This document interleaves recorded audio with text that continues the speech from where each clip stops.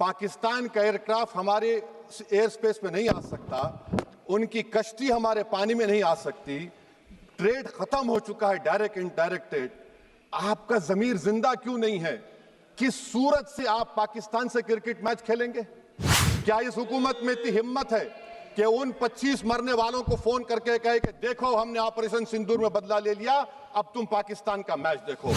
ये कहकर के पानी और खून नहीं बहेगा, आप क्रिकेट मैच खेलेंगे?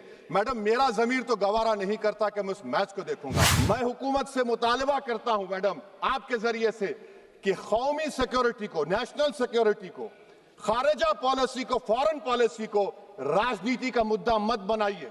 मैं शुरुआत में अपनी तरफ से ताज़ियत पेश करना चाहूंगा उन 26 लोगों को जिनका नाम पूछकर और मुसलमान नहीं होने के नाते पर उनको गोली मारकर कत्ल कर दिया गया। मैं ताज़ियत पेश करना चाहूँगा मौलाना इकबाल को, जो पूंछ के मदरसुल ज़ियाउल उलूम के मुदर्रिस थे, उस 5 साला लड़की मरियम को जिसको पाकिस्तान की शेलिंग में उसका पेट फट गया। मैं ताज़ियत पेश करना चाहूँगा मैडम ज़ैन अली और उर्वा फातिमा, इन दो जुड़वा भाई बहनों को जिनकी उम्र 14 साल थी, लांस नायक दिनेश कुमार को, बीएसएफ के सब इंस्पेक्टर मोहम्मद इम्तियाज़ को। मैं शुक्रिया अदा करना चाहूँगा कश्मीर की आवाम का कि उन्होंने पहलगाम के वाक़े के बाद मस्जिदों से ऐलान किया मज़म्मत का, बग़ैर किसी के बोलने पर रोड पर निकलकर उन्होंने पाकिस्तान से आए हुए दहशतगर्दों की मज़म्मत की। मैं मुबारकबाद देता हूँ हमारी मुसल्लह अफ़वाज को कि उन्होंने एक अजीम कुर्बानी पेश की और बहादुरी के साथ ऑपरेशन सिंदूर में भारत को कामयाबी दिलाई। मैं मुसल्लह अफ़वाज ने पहले 9 दहशतगर्द ठिकानों पर उनको निशाना बनाया और सबसे मेरी नज़र में जो दहशतगर्दी के दिल पर हमला हुआ वो भावलपुर का था और 6 एयरफील्ड, 3 हैंगर और 2 रनवेज को हमने तबाह किया। बाद में ऑपरेशन सिंदूर की कामयाबी की एक अहम वजह यह थी मैडम कि मुल्क में इत्तेहाद और इत्तेफाक पैदा हो गया था, एक यूफोरिया पैदा हो गया था, मगर अफसोस कि हुकूमत ने उसका फ़ायदा नहीं उठाया।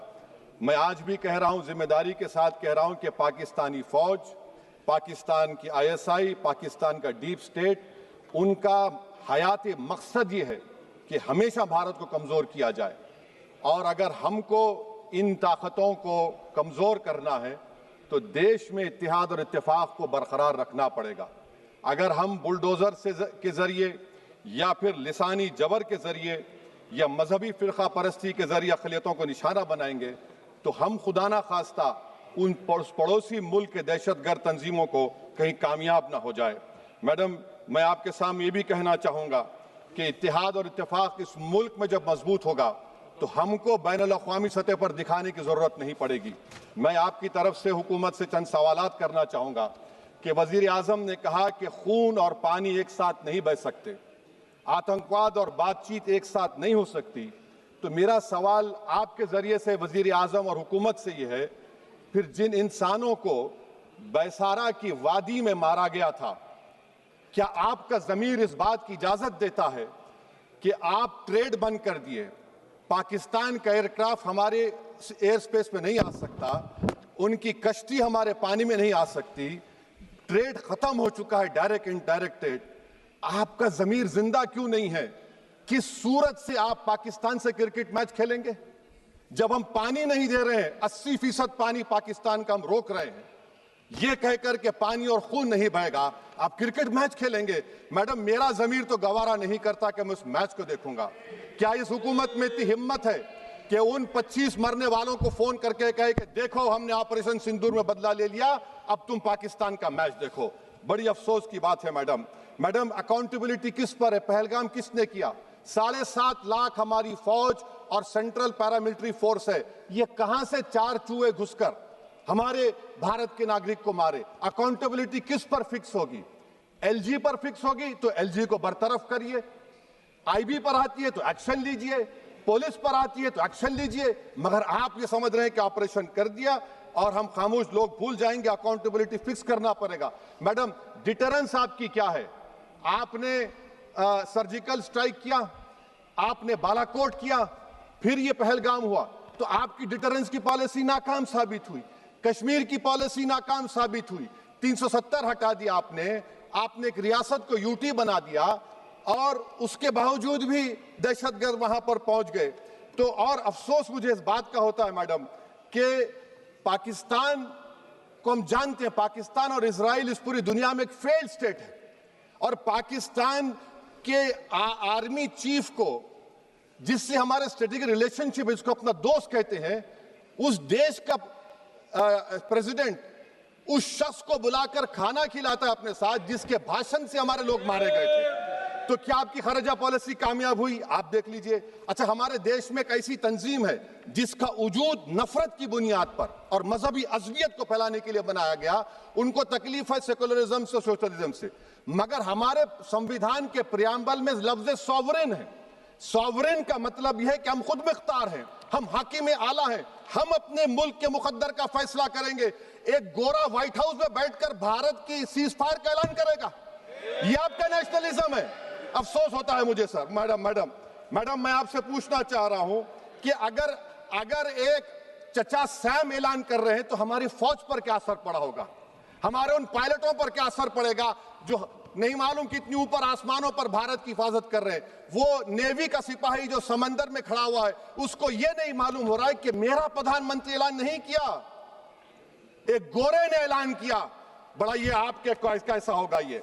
मैडम मेरा सवाल हुकूमत से यह भी है कि हम कोई एडवर्सेरियल कंट्री नहीं है अमेरिका के लिए, हम दोस्त हैं, स्ट्रेटेजिक रिलेशनशिप है। क्या क्या एग्रीमेंट हमने साइन नहीं किया, तो क्या ये दोस्ती निभा रहे हैं? मैडम मैं हिस्टोरिकल एग्जांपल दे रहा हूं, क्रुश्चेव और टीटो। क्रुश्चेव ने दबाव डाला, टीटो ने कहा मैं नहीं मानता, मैं नैम ज्वाइन करूंगा। मैडम फ्रांस और यूएसए, डिगोल को जब यूएसए ने दबाव डाला तो डिगोल ने कहा कि तुम दोस्त हो मगर हमारी खारिजा पॉलिसी आजाद ना है। मैडम वहीं पर आप देखिए गुजराल साहब, जिसको कहते सबसे कमजोर थे वजीर आजम थे, उन्होंने बहादुरी का मजारा किया, रिफूलिंग करने नहीं दिया। वियतनाम 20 साल यूएसए से लड़ा मगर झुका नहीं, और हम उनको बोल भी नहीं पा रहे, उनको बोल भी नहीं पा रहे। हम तो कोई दुश्मन मुल्क तो नहीं है अमेरिका के, ये आपको समझने की जरूरत है। और मैडम यहां पर वजीर खारजा ने कहा वो चीन गए, डिप्टी चीफ ऑफ स्टाफ ने कहा कि चीन के इक्विपमेंट एक लाइव लैब था हमारे उनके लिए। क्या आपने कहा चीन को कि तुमने क्यों दिया पाकिस्तान को हथियार? आप नहीं कहे। और मैडम आप जानते हैं कि रक्षा मंत्री ने कहा कि स्विफ्ट एंड प्रोपोर्शनेट। तो फिर जो इंडोनेशिया मिलिट्री अटैचे ने कहा कि हमको कहा गया मत मारो, हम सेल्फ डिफेंस में भी नहीं मार सकते थे पाकिस्तान को। और अगर आप ट्रंप के बयान को गलत कह रहे हैं कि 5 एयरक्राफ्ट नहीं गिरे, मैं यकीन करता हूं आपकी बात का। आप हमारे पायलट्स को कमेंट करिए ना, हमारे पायलट्स को कमेंट करिए कि हम अपने पायलट्स की तारीफ करते हैं, आप वो भी नहीं करना चाहते। मैं हुकूमत से जानना चाहता हूं मैडम कि क्या फ्रांस ने हमको सोर्स कोड नहीं दिया जिसकी वजह से हमारे एयरक्राफ्ट को क्या नुकसान हुआ? अब मुस्तकबिल में आप हथियार खरीदेंगे तो क्या आप सोर्स कोड हासिल करेंगे?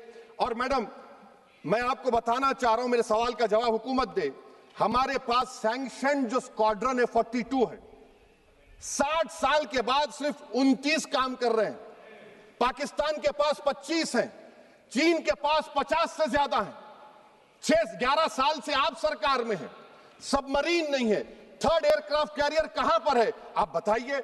और मैडम FATF में लाना पड़ेगा आपको। अगर आप विश्व गुरु हैं तो हम आपको चैलेंज कर रहे हैं, आप G7 के कंट्रीज को, GCC को और चचा सैम को राजी कराइए कि पाकिस्तान को, मैडम खत्म कर रहा हूं, FATF में दोबारा लाया जाए। मैडम ऑल पार्टी मीटिंग हुई, देखिए कितना कॉन्ट्रडिक्शन है केंद्र सरकार में और स्टेट सरकार में। ऑल पार्टी मीटिंग में मैं था, केंद्र सरकार ने कहा कि नहीं, बैसारन मिडोस पर तो कोई जा ही नहीं सकता, जून से पहले इजाजत लेना पड़ेगा। बाद में हमको मालूम हुआ कि साल भर खुला रहता मिडोस सिवाय बारिश और स्नो के। ये कॉन्ट्रडिक्शन है केंद्र सरकार में। वहां पे मैं हुकूमत से मुतालबा करता हूं मैडम आपके जरिए से कि कौमी सिक्योरिटी को, नेशनल सिक्योरिटी को, खारिजा पॉलिसी को, फॉरेन पॉलिसी को राजनीति का मुद्दा मत बनाइए, राजनीति का मुद्दा मत बनाइए। ये हमारे मुल्क में मुफाद होगा, हमारे मुल्क के इत्तेहाद और एकजुटती को आप एक वोट का जरिया मत बनाइए। और मैं एक आखिरी बात पूछ रहा हूं मैडम, क्या चीन ने हमसे कहा था कि सीज फायर कर लो? और कैसे पाकिस्तान ने हमारे पायलट्स की बातों को सुना कि हमारा कम्युनिकेशन एनक्रिप्ट नहीं है? मैडम आखिर में मैं अपने शेर से इस अपनी बात को खत्म करूंगा कि अपने ही हाथों से सर अपना कटाना है हमें, मादर हिंद पे भेंट चढ़ाना है हमें, किस तरह मरते हैं एहरारे वतन भारत पर, ये तमाशा है जो दुनिया को दिखाना है हमें। ये मैं भारत की उस बहादुर फौज के नाम पे करता हूं, मुसल्ह फौज के नाम पे करता हूं। ये शेर कहने वाला कोई बीजेपी का नहीं था, ये शेर कहने वाले का नाम शेर था, शहीद अशफाकुल्लाह। मैं फिर से हुकूमत से कह रहा हूं, पाकिस्तान टेररिज्म करेगा, आप तैयार हो जाइए। आप चीन से मोहब्बत, कितना इम्बैलेंस हुआ ट्रेड का, कितना इम्बैलेंस हो रहा है चीन से। अच्छा, जब गलवान हुआ उस वक्त भी ट्रंप ने कहा था कि मैं बात करूंगा, हमने कहा नहीं बात करेंगे, जरूरत नहीं है। आज ट्रंप हमारे से पहले बोलता है। इज्जत नफ्स भी कोई चीज होती है, इख्तिदार में कोई यहां रहेगा कोई वहां रहेगा, मगर इख्तिदार में इकबाल होना चाहिए।